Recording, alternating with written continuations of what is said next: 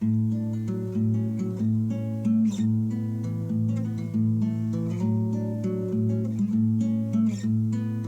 everybody, welcome back to Conscientious Omnivore. My name is Pal. Today I'm actually doing a video to talk about my vegan anniversary. It's actually a few days after my vegan anniversary. It was actually technically 4 days ago. And that was my 5th year of being a vegan. And usually if you've been watching the channel, I like to commemorate this event by going on a nice fun trail run. I've done a couple of these videos, you've probably seen them hopefully. But I did not get to do that this year. I'm actually recovering from a bit of a sore throat and a little bit of a throat infection actually. So I've been kind of out of it for the last few days, and that's also why I haven't really been making videos.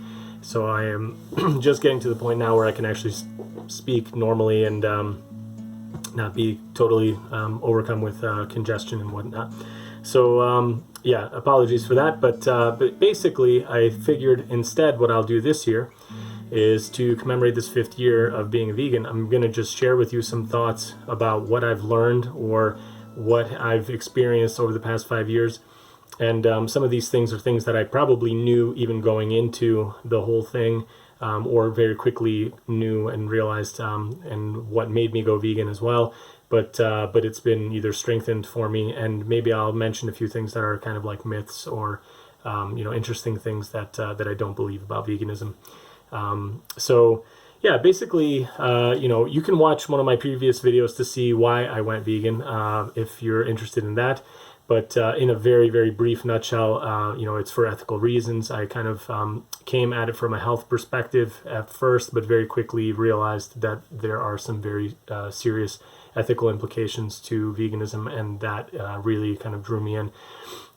It was really just a matter of looking into the health aspects of it first, and then very quickly, kind of from the point that I realized that we can be healthy without animal products, and in fact we can actually be healthier without them. I immediately just thought, okay, what are we doing this for then? Why is it okay to kill animals and exploit them when we don't need to, and we can be just as happy and healthy without them?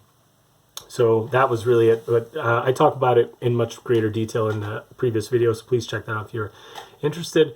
And yeah, basically, the first, just couple weeks, I would say it was a bit of a challenge.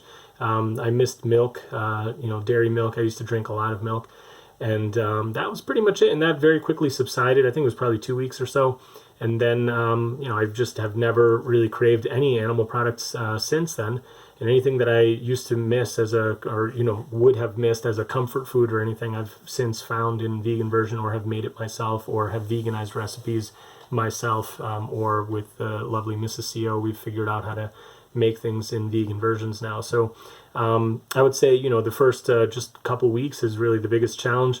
And then, in just kind of a slightly less big challenge, but just kind of in a, learning the ropes and kind of like figuring out what you should buy and what you can replace with what, and getting flavors right and all that kind of stuff. That does take longer. It took probably, I would say, several months before I kind of got the hang of it and didn't get kind of like weird things, because sometimes you try stuff and it just doesn't work. I like cooking, so, for me, it's never really that bad. Like, I think I've, in my whole time cooking for the past 20-something years, I've probably thrown out like 2 meals because they came out so bad that I refused to eat them. So, in general, like I'm a pretty hearty eater. I'll definitely eat what I make, even if it comes out kind of wonky. But so I don't mind trying things, and then if it doesn't work out, so be it, and I'll try something else next time. But that first few months, you get the kind of hang of it. I think that's one thing that I really learned, is that whenever you make a pretty big change to your lifestyle in any kind of way, it does take a while to get used to things, and you should give yourself some time so that you can get comfortable with changes, and just kind of mentally, like when you're making a shopping list and what you want to buy, groceries and things like that, like you want to be able to kind of make adjustments. And these are in no way good excuses to not be vegan. I think if you grew up as a vegan, if your parents were vegan, and right from the beginning you would have learned all these things as a child or adolescent, growing into adulthood, you would certainly be able to do all these kinds of things without any kind of issue. I'm certain that if all the things that I learned from my mother, who's a wonderful cook, and she's a great baker as well, if I had just learned all the stuff that I know I'm teaching my kids, as they grow, I'm sure none of this would have seemed difficult or challenging in any way, in any way, shape, or form. And that's actually kind of one of the main things that I kind of want to say is that veganism now, to me, after 5 years, it just seems so normal and so simple that it's just kind of like this. It's hard to fathom why it seems like such a big thing and such a big, drastic, extreme decision to so many people, and to myself included, before I went vegan. It's actually quite normal and it's quite easy. Like, I never have to do any kind of additional planning or like, I don't have any challenges nowadays. Making meals, getting things ready. When you want to purchase things that you're not familiar with, or a new product or a new food, thing, or especially like a prepared food, which has ingredients that you're unsure of. Yeah, sure, you read the labels, but even that is not really a big thing, because even before I was vegan, I was always reading labels for the past, I don't know how many years before that. So just from trying to be healthy, even as an omnivore back in the day, I wanted to know what I was consuming. So I read labels back then, and I looked at ingredients. It's the same thing now. You just kind of have to have like additional things that you're screening for. It's no real different. And excuse me. So basically, that's one of the things, is that it really is just this normal thing. Like, I don't really spend any extra time. It's a very simple thing. I have no real difficulty with it. When we travel, typically, my wife and I, we rent some kind of small apartment or something if we're going on vacation, because with the kids, it's way easier to just have our own kitchen and just do our own thing and not have to rely on any kind of, eating out, or it's difficult enough with children. I'm sure if you're watching this and you have kids, you probably know, if you have a picky eater in the house, it's hard enough to get your kids to eat stuff. Sometimes going to a restaurant is really difficult, and especially that, we don't want to buy them non-vegan things. So we want to make sure that we can make the things that they're used to and that they like. And that's not to say that you can't try vegan things as you're traveling, and we do. But we just want that comfort of like knowing, what we do. So, cooking and eating out is usually not a challenge for us, like if we're traveling, because of the way we do it. I can imagine it being difficult if you're going to a really non-vegan friendly kind of place, and you're not able to or not willing to cook for yourself. In either case, I think that could be challenging. But we've done that as well, and we've always managed. Usually, if you can just get to a supermarket, you can usually buy fresh fruits and veggies and whatever. I've done videos about this too, how to cook for yourself, and kind of meal plan and things like that, like when you're on vacation. You can check that out if you haven't seen it. But yeah, basically it's such a normal thing now, and it really kind of makes me wonder why some people will use that as an excuse to not be vegan. That, oh, it's so difficult or it's so expensive. We've found that we've actually saved lots of money by going vegan. Like, it's actually cheaper to buy most of the food things that we buy now, especially the bulk of what you eat is all the staples. Those are the cheapest and simplest foods that you can think of, like all your grains, all your your pastas, your potatoes, your veggies usually are very cheap, especially if you get frozen things, or canned things are often cheap, like lentils, pulses, all the legumes. Those tend to be very cheap. So it's actually quite simple and quite easy. A lot of times, if my wife and I are just out in the city doing errands and stuff, and there isn't like a good vegan option available, like as far as like a place to eat out, and we're getting hungry, we'll just go into a supermarket, buy a loaf of bread, get a tub of hummus, and there you go. Get some fruit, get a little stack of bananas, some apples, you're done. Easy peasy. So no big deal. No monetary things, problems. Like, I think for the most part, it's just been great, and we haven't had any issues. So I think that's really cool. Like, I'm happy to report that. A lot of things that that kind of irk me is when I see people say that you can't be healthy on a vegan diet long term. It's always kind of varying, but like a lot of the anti-vegans will tell you can't even make it as long as I've made it. I'm actually just completely fine. Like have no, health issues coming on because of veganism. People will say that I have gotten older. Yes, I've gotten older. I've gotten 5 years older, to be precise. And, it's just kind of funny when you see a lot of these people making these kind of claims. A lot of times they are coming from kind of the nameless, faceless troll accounts, which, you can't even take too seriously anyway, and you have no idea who those people are or what they look like themselves. But even if it is coming from somebody who isn't a nameless troll, a lot of times what they don't kind of realize is that, yes, people do age. And yes, there is a bigger difference when you've aged from, say, 37 to 42, like I am, versus aging from, say, 20 to 25. That difference of the 5 years is probably going to be more visible, probably going to be a little bit more obvious. You will look a little bit older in your 40s than you looked in your 30s versus when you looked in your 20s. So anyway, I just think it's like a funny thing. Like I recently got a kind of like derogatory comment about, how I've aged. Yes, I have aged precisely the amount that I've been vegan. So yeah, I think that's just kind of a funny thing that I also don't worry about. I look forward to aging another 50 years on a vegan diet, hopefully in the next 50 years. So we will see how that goes, and stay tuned. Subscribe if you want to see how it all turns out in the end. And yeah, I think those are some of the things that I think are just kind of funny about it. There are myths like on the pro-vegan side, there are myths like, oh, you'll never get sick, or you'll feel like amazing and rainbows will shoot out of your ears and you'll be singing and playing with dancing unicorns all day. That unfortunately is not true. I have never achieved that kind of wonderful mystical health benefit. I have received health benefits. I've talked about that on my channel. I've significantly cut my cholesterol. I've lowered my blood pressure. I've improved my eyesight. I have improved my recovery times from running, things like that. I feel generally better. But, just in general, like, those are some of the benefits you might experience if you're eating a relatively healthy diet. But there's no guarantee, because vegan, again, has nothing to do with health per se. It's not a particular diet. It's not a particular kind of regimen of things that you do or don't do. It's really just describing the ethical stance of not wanting to exploit animals. And if you eat a relatively healthy whole food plant-based diet where you're eating primarily whole food plant-based, you can have an occasional treat now and again, and just eat some processed vegan junk food. I don't think that will harm you if the bulk of what you're eating is the good healthy stuff. But I think that's true with an omnivore diet as well. If you're eating like the Okinawans and you're eating 93% of your calorie from plants, and those plants are really healthy, sweet potatoes, greens, veggies, etc., you'll probably be very healthy just like they were. But again, we're not talking about that when we're talking about veganism. That's just a health component, and we're talking about ethics and what have you.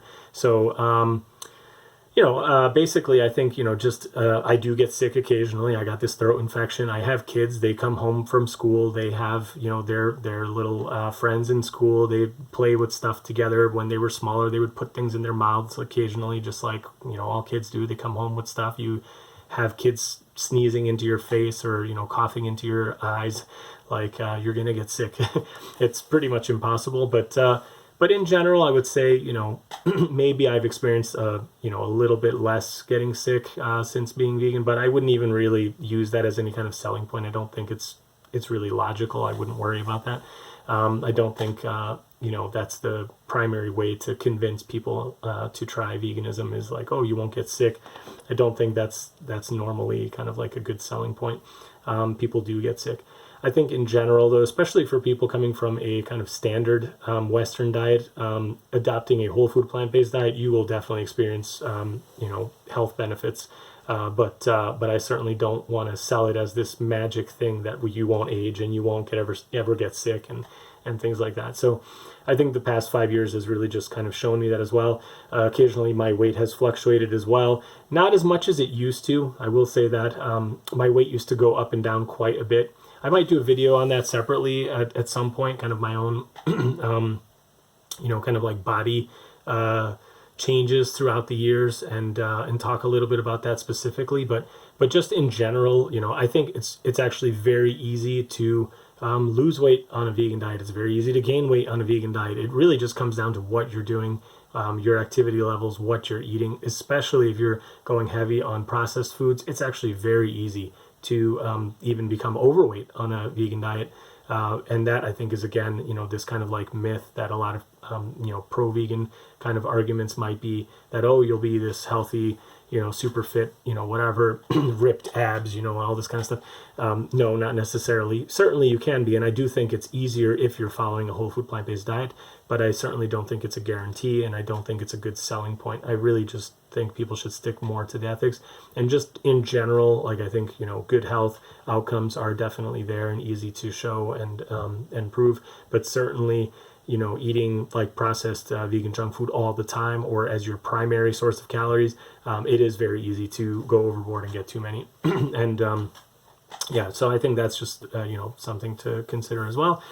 What else have I learned in the past 5 years? I think, one of the things that I've really kind of seen throughout the whole time I've been a vegan is that I've interacted with a lot of people, especially in the beginning of this channel. I was kind of more focused on this kind of like really trying to push like veganism for people, and really trying to, I was really into the debates as well in the beginning, and kind of like the debunking kind of things. I never really did the drama kind of based reaction videos or things like that, and I don't intend to now either, because that's very taxing on me personally. I don't like doing that stuff. So I haven't done like even a debate in a while. Certainly not out of the realm of possibility of doing them again in the future, but just haven't really come across anybody that I would want to debate lately. But one thing that I have learned from that, and from the many, many personal debates I've had in real life, with real people, like not just online, one of the main things that I've really learned is that there are certainly a lot of kind of subconscious things that people have when they are talking to you about veganism, and they're kind of like fighting it and not wanting to really get the message. And I've come to believe that a lot of these are kind of these like ingrained feelings of guilt that people don't want to hear the message, because they know that if they accept what you're saying as true, then they will feel guilty if they don't take that step and go vegan themselves. And so, there's a lot of mental gymnastics that I've experienced over the past 5 years when I talk to people. There's a bunch of different varieties of this. There is, very strongly the camp of the, veganism isn't healthy group. That's kind of like the bulk of what I would say are like the true anti-vegans. That is the angle they push, because, I think it's one of the strongest ones you could push, if you could actually show that somehow if you don't eat animal products, that you would be so unhealthy that you'll eventually deteriorate and die and whatever. So I think that's something that they cling to, kind of like ferociously clinging on to this idea, because they know that that is kind of this last bastion of hope for them to not be vegan. And, we have more and more science, more and more studies, more and more kind of like evidence and proof that, yes, indeed, people can be happy and healthy as a vegan long term. And I'm not even talking like myself. I wouldn't even say I'm a long-term vegan. I'm talking about people who have been vegan 15, 20, 30, 40, 50 years. People who have been vegan their whole lives. There's more and more of these people, more and more examples, and these anti-vegans are just getting more and more preposterous and more ridiculous in their counter arguments to these examples. One case in point is that a lot of times they'll say to the people who have been born vegan and they're in their 30s now, they'll say, well, they weren't vegan because they were breastfed as babies. And it's like, okay, so they're still living off of the reserves somehow 30 years later from their, mom's breast milk. Like, it's like, please, this is the kind of level of absurdity that I come across when I talk to people who are in this camp. Then I think there's, there's another very important camp that I've kind of come across a lot, and those are the people that are, kind of like they'll fight you on any kind of, thing about veganism, because they try to play this like, you're a hypocrite card.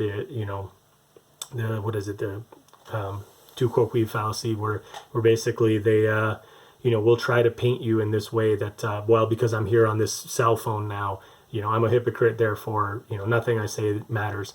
I've addressed this in videos as well too, so check that out if you haven't seen that. Just talking about hypocrisy in general used as a counter argument to veganism, but that has definitely been a strong kind of thing. And then there's this kind of like another group that I also think is very common, where people just have the head in the sand approach. They just simply do not want to even listen to you. They'll shut you down. You can't even get a word in. It's just like they live in la la land, blinders on. I don't want to take them off. That's actually a very strong number of people that I've come across personally. I find family is actually the worst when it comes to talking to them. They are the most likely to fall into that third category, where they just simply do not want to hear it. They do not want to see it. You ask them, okay, please, watch Earthlings, watch, this documentary or that documentary or what have you, or, read this book, read this study, look at this reference, whether it's related to the environmental aspects or the health aspects or anything to do with the ethical things. They just don't want to hear anything. And that, I think, is kind of the most telling and the most kind of like,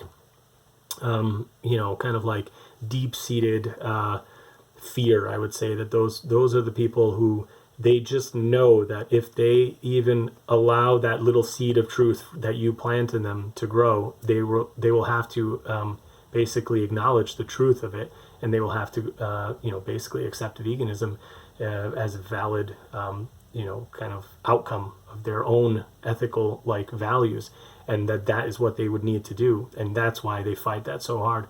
So in my experience, especially over the past 5 years, what I've found is that unfortunately there are just some people where you just simply cannot get through to them. If somebody's willing to at least look at something and consider it, you have a chance. You can be polite. You can talk to them. You can send them a study. Ask them, have you read this research paper? Have you looked at this outcome? Have you considered this? They will give you the time of day. But if they just don't even want to hear it, there's really no point in fighting them, arguing with them. I just find that it has caused so much stress in my own personal kind of family, that I really just, if anybody's watching this and you're kind of, especially in the early stages of your own vegan journey, I think it's just wise to pick your battles, so to speak, and focus your energy on the things that really drive yourself forward, or help those people who are generally curious and just genuinely interested and want to have an honest, real discussion with you, as opposed to this back and forth battle and just yelling. It really doesn't get you anywhere. I have yet to convert, anybody in my family that falls into this camp. The people that have, kind of gone vegan after I've talked to them, or partially vegan or mostly vegan or whatever, where they at least acknowledge that the health aspects are correct or whatever. Those are people that I've actually engaged with, and they will at least listen, even though they're trying like hell to find counter examples and prove you wrong. They're at least listening to you, and they're at least giving you the chance to speak. If they don't, I just find it's just pointless. You're wasting your energy, spinning your wheels. It could be better spent talking to somebody else who's willing to give you a chance. So I realize I've been blabbering on for long enough here. I'm going to try to finish up. I just want to sum up the main thing that I want to say about what I know and what I've experienced now over the past 5 years of being a vegan. I think the best way that I feel I can explain veganism to someone is just getting to the ethical realization that we do not require, to exploit animals to, be happy and healthy and for our own gain. We can do everything nowadays, especially with technology, that it does not require us for us to do this anymore. And with that being the case, I just urge everybody to search your own values, search your own conscience, your own set of ethics, and then you can decide, whether or not you think it's okay to keep exploiting animals and hurting them, just simply for all the other things, all the other reasons that we do it for: convenience, culture, all these kinds of things, taste, pleasure, and then what you will realize is, if you've been honest with yourself and if you've looked into it for real and done all the research, you will not have a good excuse to not be vegan. And that brings me to kind of the final thought here, is that I've really come to realize that veganism, it really is just like, that vegan couple always used to say, it's the least we can do. Gary Francione says this as well, that like, it is the moral baseline. You're not doing anything really by going vegan except stopping to do the harm that you are doing as a non-vegan. You're not, like I joked around before, you're not going to have the rainbows pulling out of your ears and dancing with unicorns. You're not special just because you're vegan. In fact, I did the video a while back about racism and what have you. Unfortunately, there are racist vegans. There are sexist vegans. There are like all these terrible people that are still vegans. They choose not to exploit animals, but they're jerks and they're terrible to other people and what have you. Well, I guess in that way, if you count, people as animals too, they're not really following the core concept here, but at least they're not exploiting non-human animals for their own benefit. But my point here is that, you can be a really terrible person and still be vegan. Being vegan is not this badge that now you're this wonderful, incredible person. It really is just a moral baseline where you just stop doing the harm that you are doing as a non-vegan. And that, I think, is something that I want to end. Please consider this and look at your own self and see where you can improve.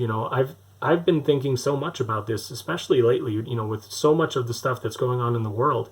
We really need to all do more to help make things better and to, at the very least, stop the other harms that are going on in the world that are, even as a vegan, we are causing so much destruction through our purchasing choices and all these kinds of things, that we really need to consider this. We really need to start looking at the other ways we can reduce our fossil fuel usage and all these other kinds of things, in addition to stopping to, torture and hurt animals for our own taste, pleasure, and convenience and culture and all this kind of stuff. So, again, I think those are the, most wise words that I've come across in the past 5 years, is that really, veganism is the moral baseline. It's the least we can do.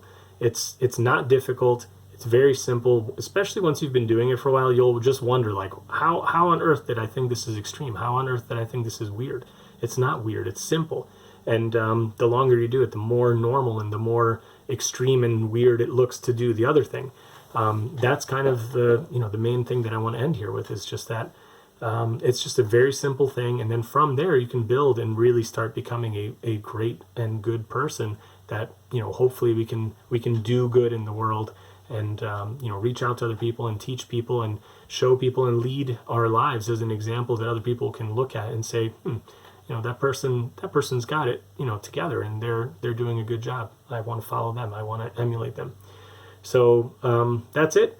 I hope you guys enjoyed this. If you did, please do give it a thumbs up and subscribe if you haven't signed up yet. If you have your own, vegan anniversary that you keep, track of, I'd love to hear how long you guys have been vegan. I know some of the people who watch the channel regularly have been vegan a way lot longer than me. So for anybody who's, kind of skeptical or doesn't believe me that you can be vegan, healthy for a long term, please do check, because I'm sure some people will chime in with answers. And I know some of the people from previous conversations that are watching have been vegan for quite some time, and it's really cool. So yeah, hopefully we'll get some interesting discussion going on in the comments. And I hope that I will be coming at you guys with another anniversary video next year, and hopefully that one will have some nice trail running in it or some other kind of fun thing to share with you guys. But yeah, that's it for now, and see you in another video soon. Thanks, everybody. Bye.